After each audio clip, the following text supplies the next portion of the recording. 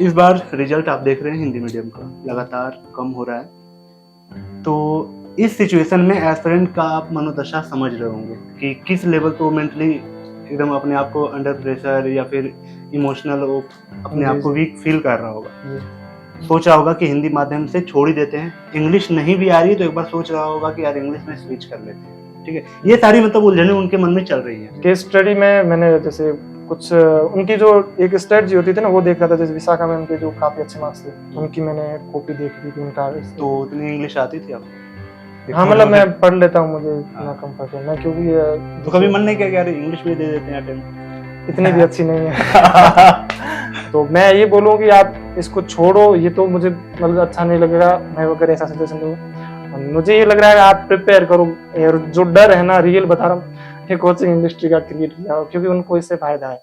Hi everyone, welcome to Studency. UPSC toppers की series चल रही है। जो भी आपके कमेंट आ रहे हैं लगातार मैं टॉपर से वो चीजें पूछ रहा हूँ। अगर कोई आपका डाउट होगा कमेंट कर देना। मेरे साथ लोकेन सर है जिनकी रैंक 954 है, हिंदी माध्यम से है, चौथा अटेम्प्ट है। आप सबको भी पता है कि हिंदी माध्यम का रिजल्ट कितना कम होता जा रहा है। इस सिचुएशन में कई सारे बच्चे होंगे होपलेस हो रहे होंगे हिंदी माध्यम को लेके। हिंदी माध्यम के जो भी एस्पिरेंट होंगे उनका जो पेन पॉइंट है मैं समझ सकता हूँ, उसी बारे में डिटेल बात करूंगा लोकेन सर से। और साथ ही जो इंग्लिश मीडियम के उनके लिए भी कंप्लीट रोड मैप मैं इसमें कवर कर लूंगा। सो हाय एवरीवन, वेलकम टू स्टूडेंसी। अगर आप चैनल पे पहली बार हैं, साथ ही सिविल सर्विस की तैयारी करते हैं तो चैनल से जुड़ सकते हैं। सबसे पहले बहुत बहुत बधाई। धन्यवाद आपका, मेरी तरफ से भी और व्यूअर की तरफ से भी आपको बहुत बहुत धन्यवाद आप सबका, और thank you all of you. आप एक बार अपने बारे में बताएं, जैसे आप कहाँ से आते हैं, बैकग्राउंड क्या रहा है आपका, एजुकेशन बैकग्राउंड क्या रहा है? मेरा नाम लोकेंद्र कुमार है और मैं राजस्थान के बाड़मेर जिले से हूँ। मेरी प्राइमरी स्कूल गवर्नमेंट स्कूल से हुई थी। उसके बाद मैंने प्राइवेट स्कूल थी जो बाड़मेर जो डिस्ट्रिक्ट हेडक्वार्टर है वहाँ से। और उसके बाद मैंने अपना ग्रेजुएशन यूनिवर्सिटी महाराजा महाविद्यालय जो जयपुर में है वहाँ से किया। उसके बाद मैंने एकेडमिक तो बंद कर दिया था और 2020 के बाद से थ्रू आउट मैं यूपीएससी की तैयारी कर रहा हूँ। ओके, ये आपका अटेम्प्ट चौथा अटेम्प्ट मेरा। पिछले 3 अटेम्प्ट में क्या रहा रिजल्ट? मेरा प्रीलिम्स क्वालिफाई नहीं हुआ था जो रेगुलर ये, और तीनों बार प्रीलिम्स क्रैक नहीं हुआ, चौथी बार में फाइनल हो गया। ठीक है, आपकी स्ट्रेटजी पे आने से पहले इसकी वजह जानना चाहूंगा। क्या लग रहा है कि हिंदी मीडियम से होना आपके लिए बेकार साबित रहा तीनों अटेम्प्ट का? नहीं, ऐसा तो नहीं कहूंगा, क्योंकि फर्स्ट अटेम्प्ट था उसमें मैंने अच्छे से प्रिपेयर नहीं किया। मैं केवल एनसीईआरटी बेस्ड ही था फर्स्ट अटेम्प्ट दिया था। और सेकंड अटेम्प्ट में मैंने थोड़ा वाइड किया, जो भी बुकलेट थी, जैसे लक्ष्मीकांत है जो पढ़ते वो मैंने फर्स्ट अटेम्प्ट में पढ़ी नहीं थी। लक्ष्मीकांत स्पेक्ट्रम जो भी स्टैंडर्ड बुक्स जो है जी, तो उसके चलते। और सेकंड अटेम्प्ट में मेरा सी सेट नहीं हुआ था और थर्ड अटेम्प्ट में मैंने उसी पे काम किया। तो फिर भी वो सी सेट जो 2023 का थोड़ा पेपर टफ आया था जिसके चलते फिर नहीं हुआ था। और फोर्थ अटेम्प्ट मेरा हो गया जो ओके। इस बार रिजल्ट आप देख रहे हैं हिंदी मीडियम का लगातार कम हो रहा है।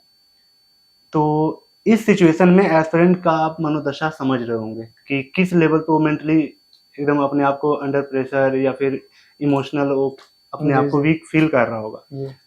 सोच रहा होगा कि हिंदी माध्यम से छोड़ ही देते हैं, इंग्लिश नहीं भी आ रही तो एक बार सोच रहा होगा कि यार इंग्लिश में स्विच कर लेते हैं। ठीक है, ये सारी मतलब उलझने उनके मन में चल रही है। क्या कहना चाहोगे आप कि या तो तैयारी वो छोड़े या फिर 3-4 अटेम्प्ट हो गया तो भी तैयारी छोड़ दे? आप एक बार सीन सिचुएशन बताएं, क्योंकि आप ऑलरेडी उससे निकल चुके हैं। देखो, हिंदी मीडियम का ऐसा बोलूंगा तो मैं मुझे थोड़ा अच्छा नहीं लगा पर्सनली, खुद को ऐसे कहते हैं ना, अंतरात्मा नहीं मानेगी। लेकिन बात ये है कि जैसे मैं भी अपना पूरी स्टोरी सुनाऊं, मैंने जैसे रियल में बताऊं 23 तक अच्छे से प्रिपेयर किया था।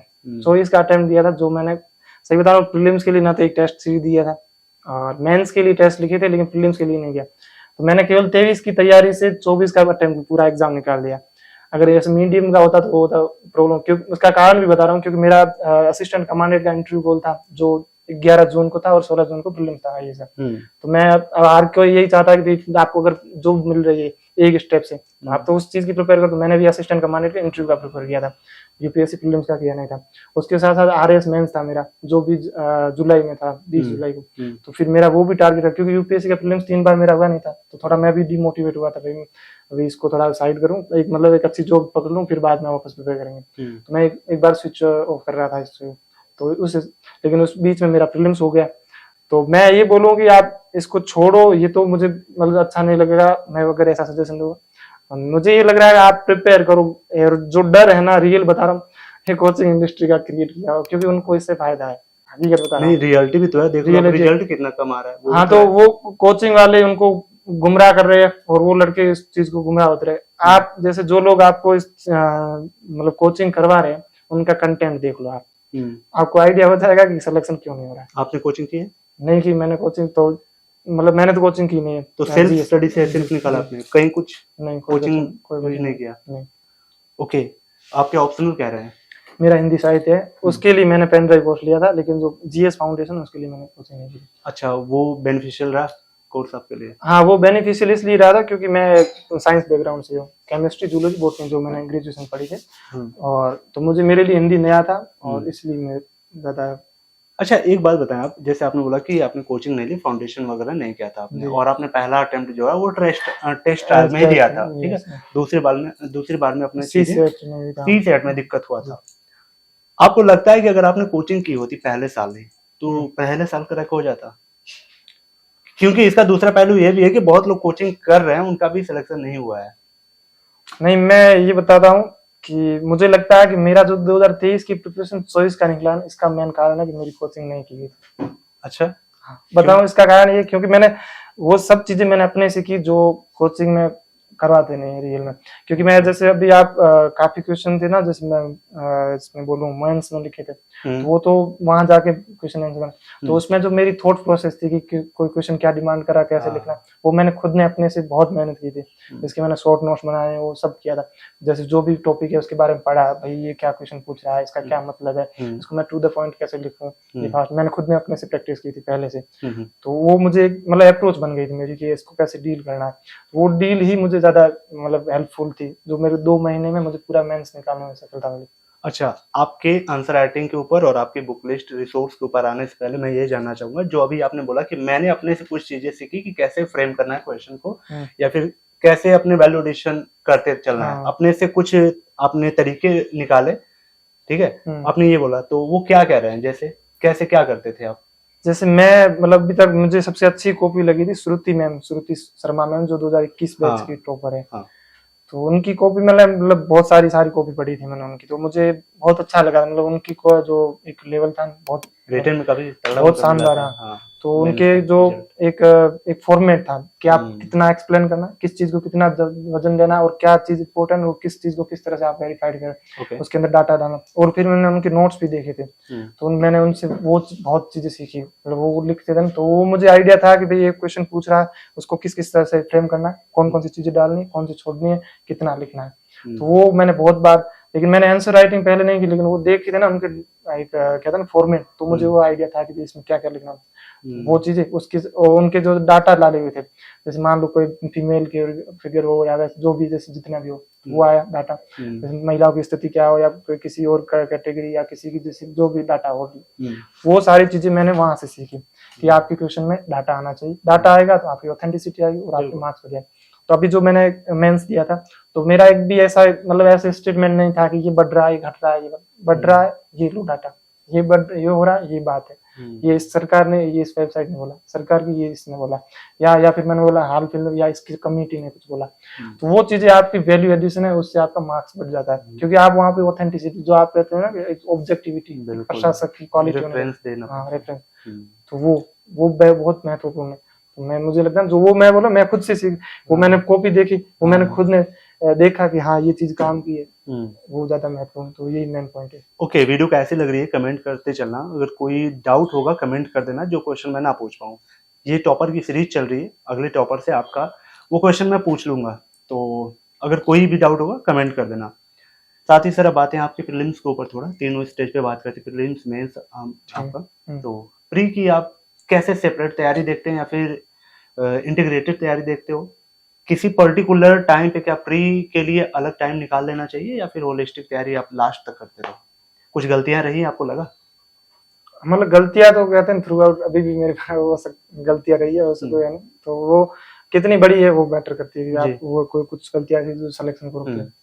और तैयारी में मेन तो ये है कि आप पहले स्टार्ट करो तो इंटीग्रेटेड ही करोगे, क्योंकि यूपीएससी मेंस में भी क्वेश्चन ऐसे आते हैं जो आपको एनालिटिकल थॉट्स, मतलब वो आपका अप्रोच पूछते हैं। जैसे क्या काफी एनालिटिकल पूछ रहे थे, संवैधानिक सरकार का क्या मतलब वो सीमित सरकार आ गई, तो वो आपको एनालिटिकल थॉट होगा, अब इसमें आप रटोगे कहाँ। तो वो चीज है, तो आप मतलब एनालिटिकल तो प्रीलिम्स में भी पूछा जाता है, मेंस में भी था, तो ये तो एंटी। लेकिन जो सी सेट है, ये धीरे धीरे आप प्रिपेयर करते जाओ तो उसका ज्यादा बर्डन नहीं रहेगा, क्योंकि अभी अप्लाइड क्वेश्चन ज्यादा आ रहे हैं, तो उसको आप बार बार मतलब एक लॉन्ग टाइम में करोगे तो आपकी मतलब एक नई अप्रोच आप में भी खुल जाएगी, ये क्वेश्चन ऐसे डील होगा, तो थोड़ी स्पीड बढ़ जाएगी, ज्यादा क्वेश्चन अटेंड कर पाओगे। तो सी सेट वो तो थ्रू आउट मतलब साथ साथ करते रहे, लेकिन 3 महीने पहले उस समय पूरा प्रीलिम्स ही लग जाए, मतलब कम से कम 3 महीने। ओके, कंप्लीट बुक लिस्ट आप बताएं, आपके GS 1 से लेके एथिक्स के लिए आपने कैसे किया और निबंध के लिए आपने कैसे किया, कंप्लीट बुक लिस्ट क्या रहा आपका? मैंने जैसे पहले एनसीईआरटी पढ़ ली थी 6 से 12 सारी। ठीक है, पहले ही अटेम्प्ट में? हाँ, पहले अटेम्प्ट सारी पढ़ ली थी, और उससे मुझे मोटा मोटा आइडिया हो गया था चीज में क्या। ठीक है, और फिर ज्योग्राफी की एनसीईआरटी मेरी थ्रू आउट अभी तक मैं प्रिपेयर, अभी भी पढ़ता हूँ, मतलब उसको 11th 12th वाली? 11th 12th नहीं, सारी। अच्छा, टोटल पढ़ा आपने 6 से 12? हाँ, 6 से 12 वो पढ़ ली। और नाम क्या है, political Laxmikant plus NCERT 11th 12th की। पहले वो 6 से 12 तो सब पढ़ी हुई है, एक भी नहीं छोड़ी, सारी पढ़ी। लेकिन जो नाम क्या बाद में अगर बुक जो ऐड करते तब एक लक्ष्मीकांत और दोनों, ये दो हो गए। बाकी जो भी केसेस वगैरह आते हैं जो अभी हाल फिलहाल में न्यूज में रहते, वो उनको देखता है ताकि वो रेफरेंस के रूप में, सुप्रीम कोर्ट वाले केसेस। हाँ, वो फिर सोशल जस्टिस के लिए जो योजनाएं वगैरह वो हो गया।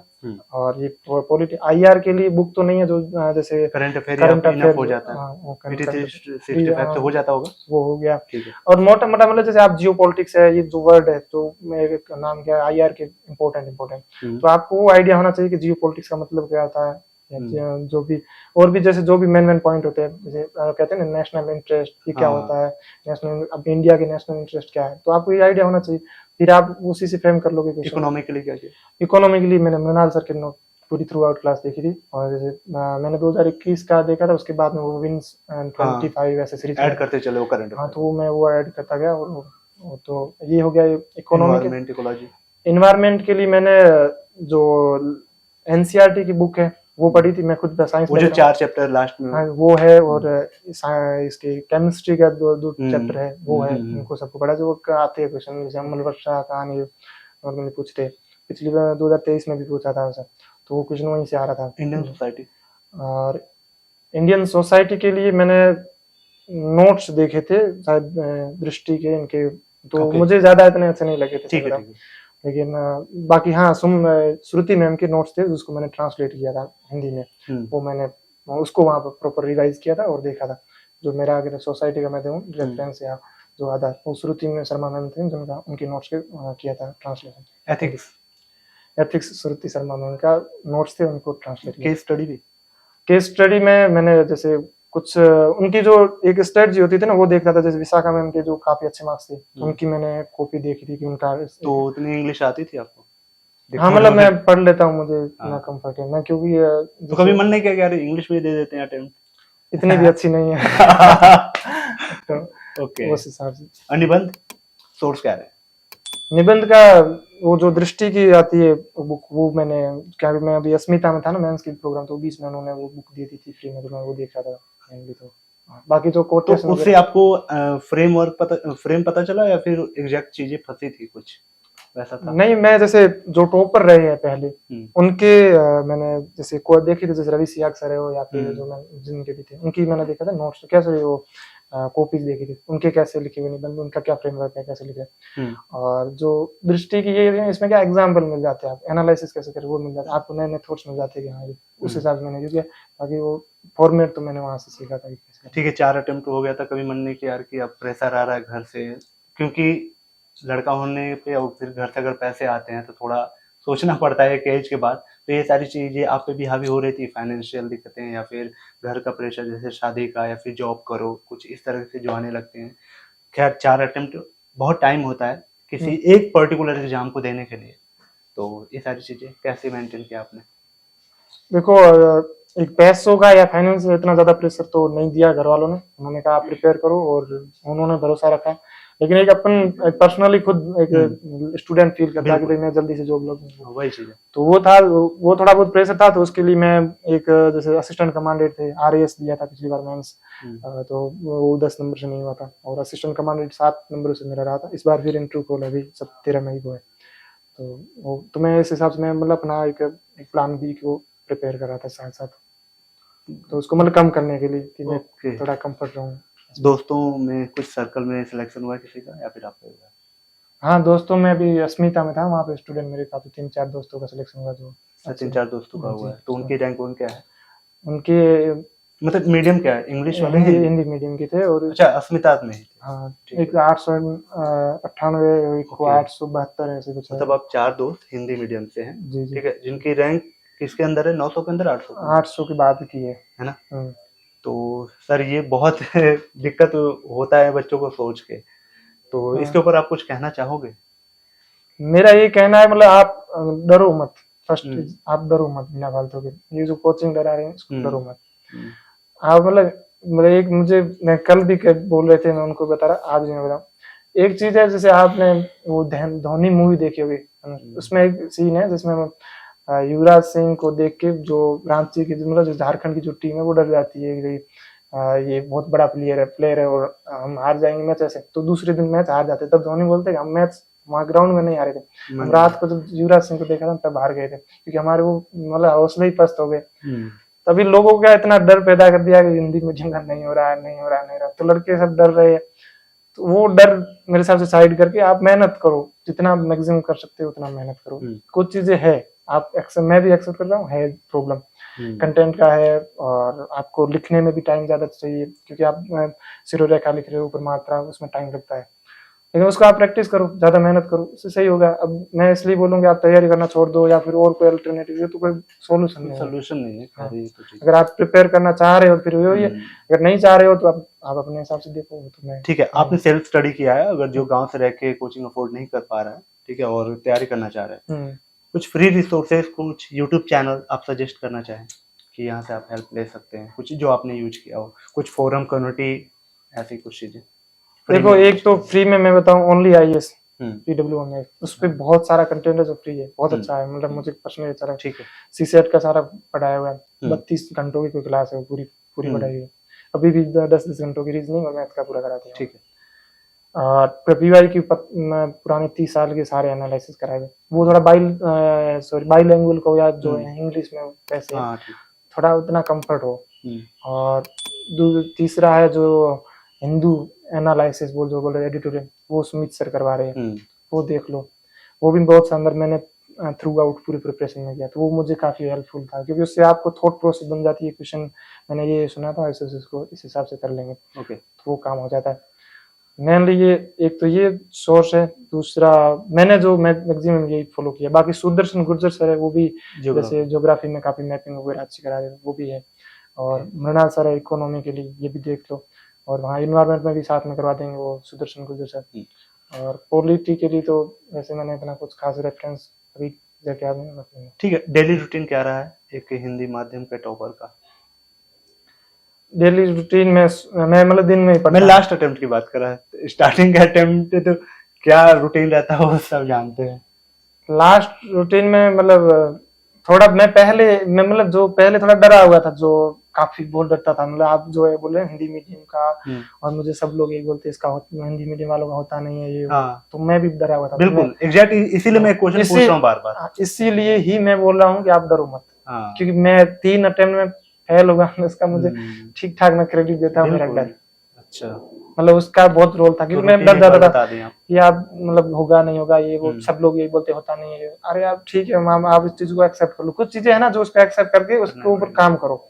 आप एक्सेप्ट कर लेते हो ना कि मेरी में एक गलती, तो आप उसमें सुधार करने की कोशिश करते, तो आप एक्सेप्ट ही नहीं करे तो फिर आप वैसे ही मतलब वो कहते हैं ना, एक कूद चक्कर में फंस जाते हो। तो मुझे लगता है आप चीजों को एक्सेप्ट करके उसको सही करने की कोशिश करो। रूटीन एक बार बता दे कि आपका कितने घंटे पढ़ाई वगैरह था, और बाकी घंटे से मतलब मैं मॉर्निंग में 7 बजे से स्टार्ट करता था, और बीच में जो से ब्रेकफास्ट 9 बजे या 9:30 बजे समथिंग हो जाता था, फिर 12-1 बजे खाना खा लेता था, और फिर मतलब जो बीच वाला सारे टाइम में पढ़ता ही था। बाकी मेरे को काम था नहीं तो मुझे पढ़ना ही था, मैं मैक्सिमम पढ़ता ही था। सब्जेक्ट रोटेशन कैसा था आपका डेली का? जैसे एक सब्जेक्ट पढ़ते थे या फिर उसके साथ आंसर राइटिंग भी करना होता है, अपने आप को एनालिसिस भी करना होता है, अपने टेस्ट सीरीज वगैरह PYQ को, तो इन सब में पूरा दिन चला जाता है, तो ये कैसे मेंटेन करते थे? जैसे अभी मैं जैसे टेस्ट सीरीज का बोलूं तो वो तो मैं 3 महीने का बोला था ना, मैंने कहा लास्ट में 3 महीने, वो हो गया, उससे थोड़ा 4 महीने कर दो इसमें का। तो टेस्ट सीरीज को मैं एक सोल्व कर दिया, फिर उसका घंटे या डेढ़ या 2 घंटों में मैं उसका एनालिसिस देख लेता था। ठीक है, वो क्या करता था, जैसे 9 से 11 वाला जो यूपीएससी का मेन टाइम है, उसी हिसाब से टेस्ट सीरीज सोल्व कर, फिर दोबारा दूसरी जो 2 से दोनों का टेस्ट सीरीज सोल्व कर दी, और उसके शाम को दोनों बैठ के सारी एनालिसिस कर दिया, क्या क्या गलतियां हुई थी, कहाँ गया। और बाकी मैं पीवाईक्यू को ज्यादा करता था, ये केवल मैं एज ए रेफरेंस के लिए करता था। बाकी मुझे ज्यादा मैंने पीवाईक्यू किए थे जो 30 साल के पुराने जितने पेपर सारे एक बार देख लिए, कौन से कैसे वो बना रहे ऑप्शन वगैरह, जो बहुत उस पर ज्यादा रिसर्च किया था रेदर देन मैंने टेस्ट सीरीज के ऊपर। अगर प्रीलिम्स क्रैक करना है तो क्या पीवाईक्यू का रोल आप बताएंगे एक बार? क्या एग्जैक्ट आपको 15 साल करके ही जाना है या फिर टेस्ट सीरीज ही लगाओ? मैक्सिमम टाइम आपका पीवाईक्यू जाना चाहिए रेदर देन टेस्ट सीरीज। 80%? हाँ, जितना दे सकते मैक्सिमम। मतलब थीम पता चल जाती है, सारी थीम पता चल जाती है, उनके range, बोलने का मतलब पूछने का तरीका, टेम्परामेंट, वो सारी चीजें। और आप में वो बनाते कैसे ऑप्शन वो भी समझ आते हैं, और कहाँ ट्विस्ट कर रहे हैं, कहाँ क्या कर रहे हैं। ये टेस्ट सीरीज तो वो कहते हैं ना, टेस्ट सीरीज तो उनको कम से कम अब 35 टेस्ट 3500 क्वेश्चन बनाते हैं, यूपीएससी 100 क्वेश्चन बनाते हैं, क्वालिटी किसकी होगी? बिल्कुल। कुछ ऐसी बात जो मैं ना पूछ पाया हूँ और जो आपके अंदर दर्द छुपा हो, यार आज हो जाना चाहिए, बाहर निकल जाना चाहिए, क्या है? आज खुल के बोल दीजिए। खुल के पहले ये है कि कोचिंग मत करो, अपने पे भरोसा रखो, उस पे काम करो। और एक वो अक्षत जैन सर है जो कनिष्क कटारिया सर जो टॉपर है, तो उन साल के सेकंड टॉपर है, उन्होंने बोला था कि आप जो टॉपर हो रहे उनको फॉलो करने से पहले एक बार अपने आप पे विश्वास कर लो। मतलब वो बहुत महत्वपूर्ण है। और ये पेपर देख लो, पुराने सिलेबस देख लो, फिर अपने आप से क्वेश्चन करो कि मैं इसको कैसे डील करूंगा, और जो आपका मन कह रहा है ना वो करो। उससे आप मतलब जो आपका दिमाग, आप सोचोगे भाई मैं कैसे इसको क्रैक करूंगा, आपका दिमाग मतलब बहुत आपको सिखा देगा कि ये चीजें, और आपकी अंतरात्मा बोलती रहती है, जैसे आप यहाँ पे पढ़ो, यहाँ रुक जाओ, यहाँ ये करो, सब बताती रहती है, उसको सब पता। तो मतलब आप थोड़ा अपने आप पे ट्रस्ट करो और उसके साथ चलते रहो, डरो मत। मतलब बिना फालतू का हिंदी मीडियम का जो है वो एक्सेप्ट करो, हाँ रिजल्ट कम रह रहा है वो सब ठीक है, एक साइड रखो, फिर बोलोगे मैं इसको ओवरकम कैसे करूंगा, मेहनत करूंगा, जितना ज्यादा मेहनत कर सकता हूँ उतना मेहनत करूँ। तो मेरा मैसेज मेन यही है। Okay, thank you so much sir. और मैं उम्मीद करूंगा कि अगर आप पोस्टिंग ले तो जहाँ भी आप जाएं अपना बेस्ट दें। अटेम्प्ट तो देंगे नहीं अगली बार कि देना है? सोच रहे हैं? ठीक है सर, ऑल द बेस्ट आगे के लिए। तो कैसी लगी वीडियो कमेंट करके बताएं। ये पॉडकास्ट की सीरीज कंटिन्यू चलेगी टॉपर से। कोई अगर डाउट होगा कमेंट कर देना। चलिए मिलते हैं किसी और ऐसी यूजफुल वीडियो में, तब तक के लिए thank you so much and bye bye.